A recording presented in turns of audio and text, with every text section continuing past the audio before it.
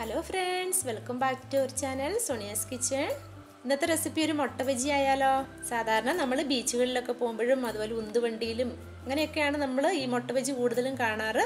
ഈ മുട്ട ബജി സോസ് ഒക്കെ കൂട്ടി കഴിക്കുമ്പോഴത്തേക്കും വളരെ ടേസ്റ്റിയാണ്. അപ്പോൾ ഞാൻ സാധാരണ മുട്ട ബജിയിൽ നിന്നും ഒരു അല്പം വ്യത്യാസമായിട്ടാണ് ഇത് ഉണ്ടാക്കുന്നത്. അപ്പോൾ ഇതിന് കൂടുതൽ ടേസ്റ്റ് ആയിരിക്കും.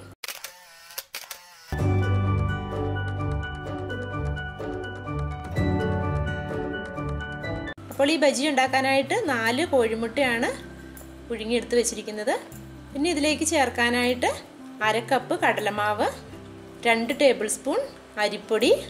അരിപ്പൊടി എടുക്കുമ്പോൾ ഒട്ടും തരിയില്ലാത്ത അരിപ്പൊടിയാണ് വേണ്ടത്. ഇതിനാവശ്യമായിട്ടുള്ള ഉപ്പ്, 1 ടീസ്പൂൺ ചില്ലി പൗഡർ.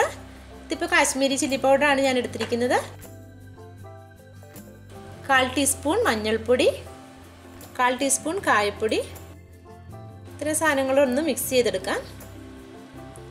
ഇനി ഇതിലേക്ക് ഒരു നുള്ള് ബേക്കിംഗ് സോഡ കൂടി ചേർക്കുകയാണ്. ബേക്കിംഗ് സോഡ കൂടി ചേർക്കുമ്പോഴത്തേക്കും നമ്മൾ ഉണ്ടാക്കി വരുമ്പോഴത്തേക്കും നല്ല സോഫ്റ്റ് ആയിരിക്കും ഇത്.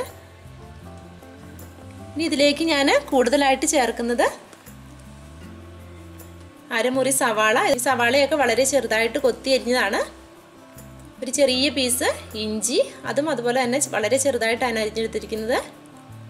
ഒരു തണ്ട് കറിവേപ്പില, അത് മുറിച്ചിട്ടതാണ്. ഇനി ഇതെല്ലാം കൂടി വെള്ളം ഒഴിച്ച് കുഴച്ചെടുക്കാം. വെള്ളം ഒഴിക്കുമ്പം ഒന്നിച്ചൊഴിച്ച് കൊടുക്കരുത്, കുറേശ്ശെയായിട്ട് വേണം ഒഴിച്ചു കൊടുക്കാനായിട്ട്. അപ്പം ബാറ്ററിൻ്റെ കൺസിസ്റ്റൻസി എന്ന് പറയുന്നത് ഈ ഒരു പരുവത്തിലായിരിക്കണം.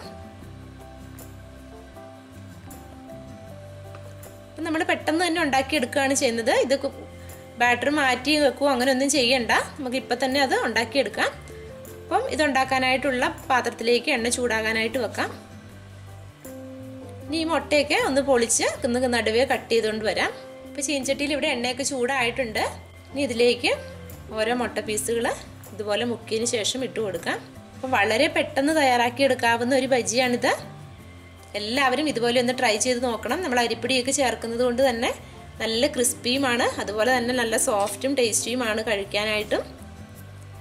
അപ്പോൾ ഫ്രൈ ചെയ്യുമ്പം എണ്ണയങ്ങ് ഒരുപാട് ചൂടായി പോവരുത്. അതുപോലെ തന്നെ മീഡിയം ഫ്ലെയിമിൽ ഇട്ടിട്ട് വേണം ഫ്രൈ ചെയ്തെടുക്കാനും.